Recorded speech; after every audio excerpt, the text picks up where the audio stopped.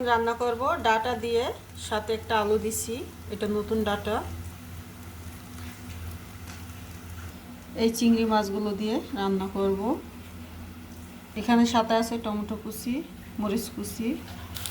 এখানে পিসগুলো বসিয়ে দিচ্ছিলাম আগেই, পিসগুলো ভাজা হয়ে গেছে। এখন মশলাগুলো দিয়ে দেবো। দিয়ে দিচ্ছি একটু পানি, দিয়ে দিচ্ছি হলুদের গুঁড়ো,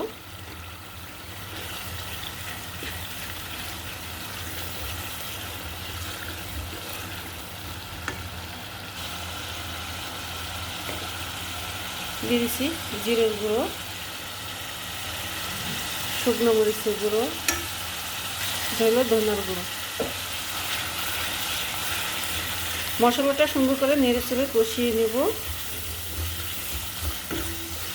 পিসটা আমি একটু মোটা মোটা করে কেটে দিচ্ছি।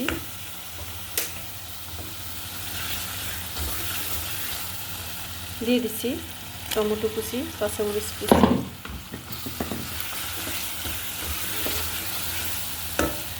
দিয়ে দিলাম স্বাদ মতন লবণ, দিয়ে দিচ্ছি চিংড়ি মাছগুলো সুন্দর করে ধুয়ে পরিষ্কার করে নিচ্ছি।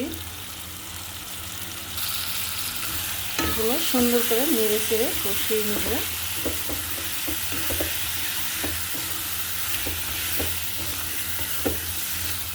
নতুন ডাটা দিয়ে চিংড়ি মাছ মজাই আলাদা।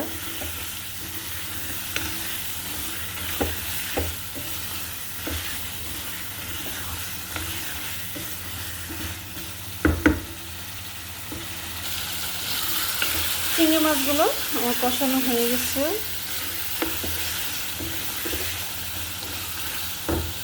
এখন দিয়ে দিচ্ছি ডাটাগুলো। ডাটাগুলো সিদ্ধ করে নেই, একেবারেই ছোট ছোট আবাতি লকলকা, তাই সিদ্ধ করতে হইল না। এখন আমি সুন্দর করে কষিয়ে নেব।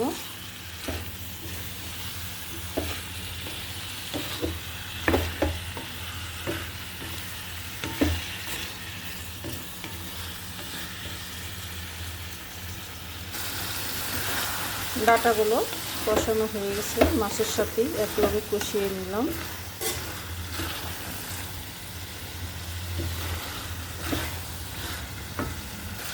দিয়ে দিচ্ছি ঝোল,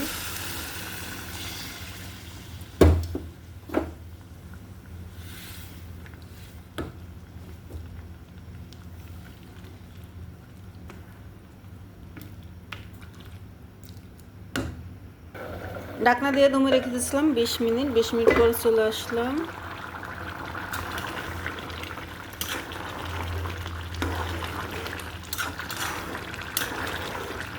তরকারিটা আমার হয়ে গেছে মাশাআল্লাহ।